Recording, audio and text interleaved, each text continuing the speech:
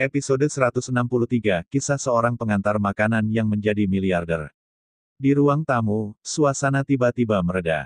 He Jiarong yang pertama tertawa, dan menggelengkan kepalanya tanpa daya, menatap suami Jiang Wan di dalam hatinya. Konyol sekali. Dengan pemborosan ini, sebenarnya Anda bisa menghabiskan 10 juta untuk membeli perusahaan. Jika ini masalahnya, menurut sifat sombong Bibilan, dia akan melayani dia seperti anak sungguhan. Yang Guilan juga kaget, wajahnya tiba-tiba muram, mengambil buku di atas meja dan menghancurkannya, menunjuk ke pintu dan mengutuk, "Kamu keluar." Sesuatu yang memalukan. Jika kamu tidak melakukan bisnis sepanjang waktu, kamu tahu membual. Kamu malu. Kamu tidak malu, aku malu untukmu.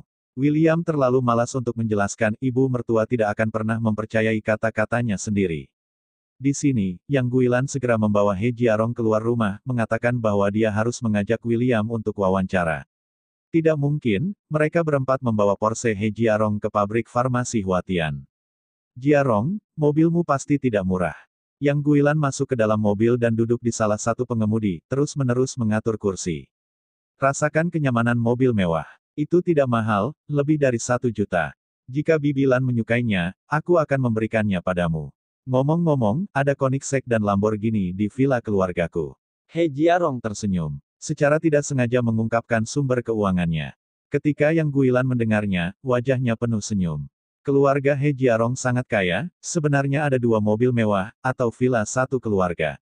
Tidak mungkin. Yang Guilan merasa sesak napas, pria yang begitu baik pasti menantunya. Sampah William tidak bisa dibandingkan dengan He Jiarong. "Jiarong, apakah mobil ini benar-benar untukku?" Yang Guilan terlihat sangat bersemangat. Terakhir kali putri saudari kedua, Zhou Qian, dia mengendarai mobil seharga $1 juta, pantatnya sangat tinggi. "Jiarong, jangan dengarkan ibuku." Jiang Wan mengingatkan dari belakang, ibunya sendiri juga dia sangat ingin. He Jiarong juga tersenyum dan berkata, "Tidak apa-apa. Mobil ini hanya $1 juta. Hari ini, saya sedang terburu-buru. Saya tahu saya akan mengendarai mobil lain. Akan lebih nyaman untuk duduk.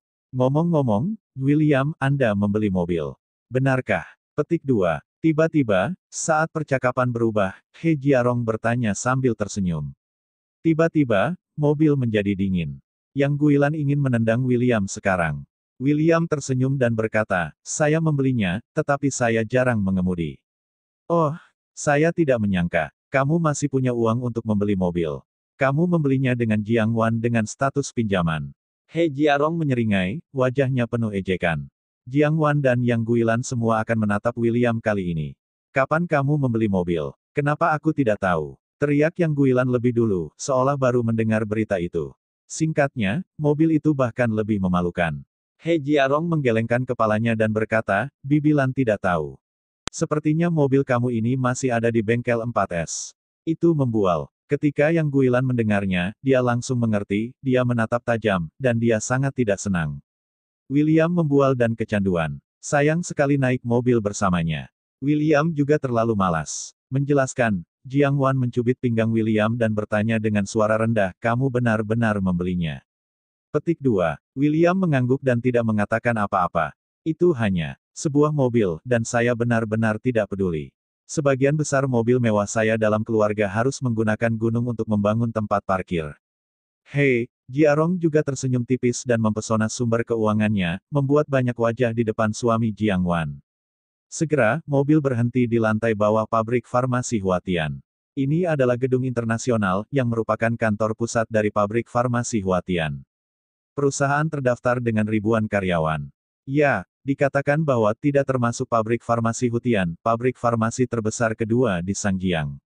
Juga karena bangkrutnya pabrik farmasi Huatian, pabrik farmasi Huatian saat ini sedang berjalan lancar.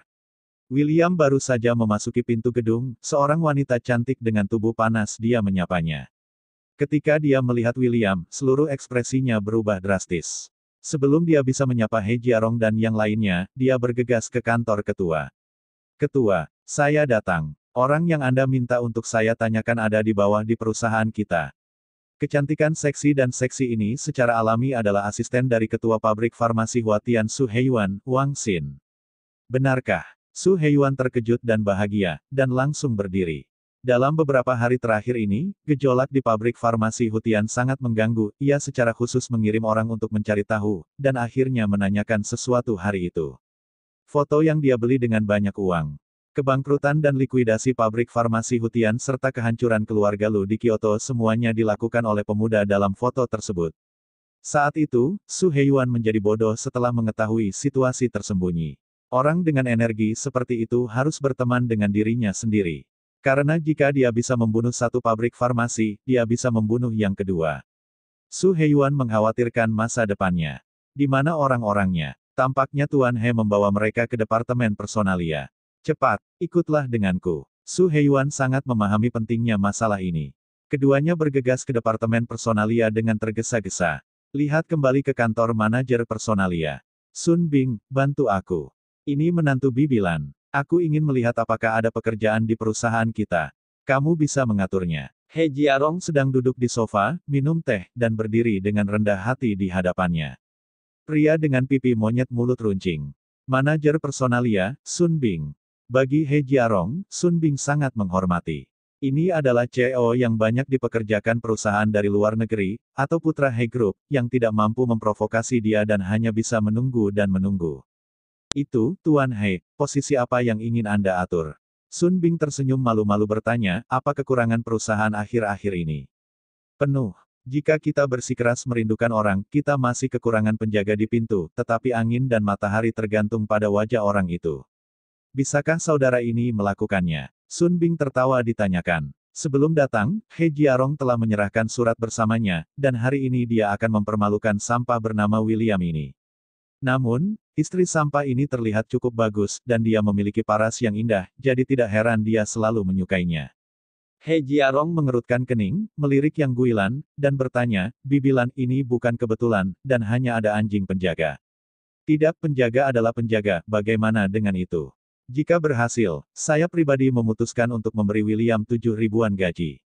He Jiarong sengaja melakukan kesalahan, dan suasana di kantor tiba-tiba berubah. 7 ribu. Baik sekali. Yang Guilan tergerak. Bagaimanapun, bukan William yang mengawasi pintu. Dia memandang William sibuk dan berkata dengan marah, apa yang kamu lihat, terima kasih Jiarong, itu benar-benar kayu. Jiang Wan mengerutkan kening, merasakan He Jiarong untuk pertama kalinya. Bukan lagi saudara Jiarong seperti dulu. Dia berubah dan menjadi munafik. Ini jelas ditujukan pada William dan ingin mempermalukannya. Tidak William, ayo kita kembali. Jiang Wan menjadi marah dan meraih lengan William dan pergi. Penjaga pintu lebih baik daripada dia mengantarkan makanan setiap hari, kan? Yang Guilan cemas dan menatap William dengan tidak sabar. William sangat kesal, dan berkata dengan dingin, Yang Guilan. Kamu ingin menjadi pengawas, pergilah. Apa yang kamu bicarakan? Aku sangat marah. Haha, saudara, jangan terlalu berpikiran tinggi. Berapa banyak orang yang ingin bergabung dengan Huatian kita tidak akan memiliki kesempatan. Tuan dia memberi Anda kesempatan, tetapi Anda tidak menghargainya. Lihat Anda seperti ini, yang menyia-nyiakan makan nasi lembut, sungguh. Wajahnya berpura-pura di sini. Sun Bing berkata sambil tersenyum mengejek, semua bulu hidungnya bercanda. He Jiarong melirik. Said William, bukan itu yang kubilang padamu. Kamu harus memiliki kesadaran sendiri jika kamu sia-sia. Apa kamu tidak merasa malu pada orang yang lebih tua dengan makan makanan yang lembut sepanjang hari? Dia benar-benar terlalu benar. Buang-buang uang. Anda harus punya kesadaran sendiri. Jadi, saya akan memberi Anda gaji 7,5, dan Anda bisa datang bekerja besok. Saya melihat wajah Tuan He, bagaimana dengan itu?